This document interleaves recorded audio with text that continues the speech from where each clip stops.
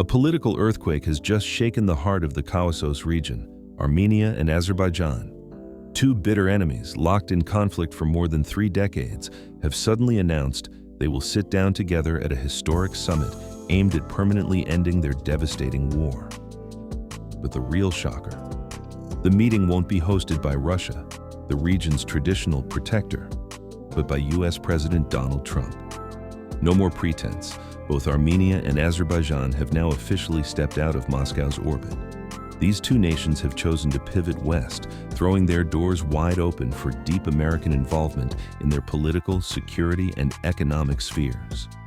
So why are they so willing to cast Russia aside? What will the US gain beyond the prestige of a brokering peace?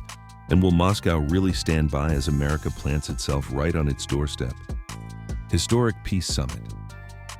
On August 8th, US President Donald Trump hosted what he called a historic peace summit at the White House, attended by Armenian Prime Minister Nikol Pashinyan and Azerbaijani President Ilham Aliyev. To understand why this date became such a major geopolitical turning point, we need to trace back to the roots of the Armenia-Azerbaijan conflict, a war driven not only by territorial disputes, but also by national tragedy, history, and a deep-seated hatred that runs to the bone. It all began with Nagorno-Karabakh, a land internationally recognized as part of Azerbaijan, but populated mostly by ethnic Armenians. Even during the Soviet era, it was a simmering hotspot. When the Soviet Union collapsed in 1991, the flames of conflict erupted in full force. The First War, 1991 to 1994, left tens of thousands dead and forced more than 1 million people from their homes. The Second War, 2020, with Azerbaijan receiving strong backing from Turkey, saw a lightning military offensive that recaptured most of Nagorno-Karabakh in just a few weeks. Russia then stepped in to broker a ceasefire, deployed peacekeepers to the region, and acted as mediator in the subsequent rounds of negotiations.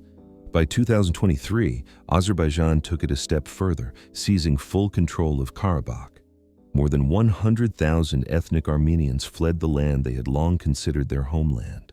Although Russia had spent decades at the forefront of easing tensions, both Armenia and Azerbaijan have recently turned their backs, tilting toward the west.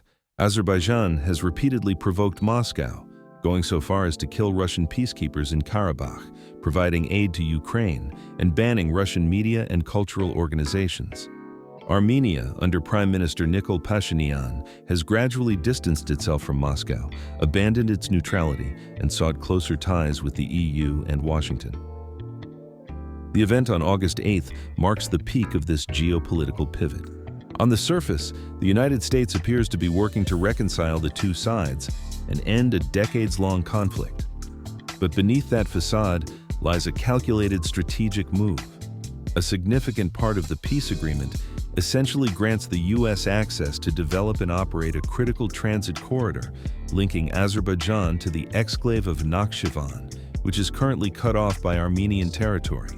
This corridor includes railways, oil and gas pipelines, and fiber optic cables, a strategic infrastructure network that would allow the U.S. to penetrate deep into the Eurasian crossroads, right in Russia's backyard, without having to spend on construction costs, shifting the burden to private corporations. At the signing ceremony, both sides also announced the dissolution of the Minsk Group, an organization established in 1992 with Russia, the U.S., and France as co-chairs to seek a peaceful solution for Karabakh. This effectively removes Russia and France from the game, handing the entire mediator role to the United States. In fact, the agreement could pave the way for Azerbaijan to join the Abraham Accords, normalizing relations with Israel. If successful, this would mark a breakthrough not only in the Caucasus, but also in linking Middle Eastern and Caucasus politics under Washington's orchestration. Moscow has chosen not to react with loud rhetoric, but instead to closely monitor events while applying long-term strategic pressure. Armenia still depends on Russia for natural gas, energy infrastructure, and part of its financial system. Azerbaijan still exports the bulk of its oil and gas through pipeline networks that run through Russian-influenced territory. Russia can exert indirect pressure via Iran, Belarus, or even Turkey. At the same time, it can boost its military presence along the Armenia-Georgia border and tighten security cooperation with Iran. For Moscow, the Caucasus is no blind spot. It is a vital belt between Europe and the Middle East. Losing control here would be like carving a wound into the post-Soviet strategic map.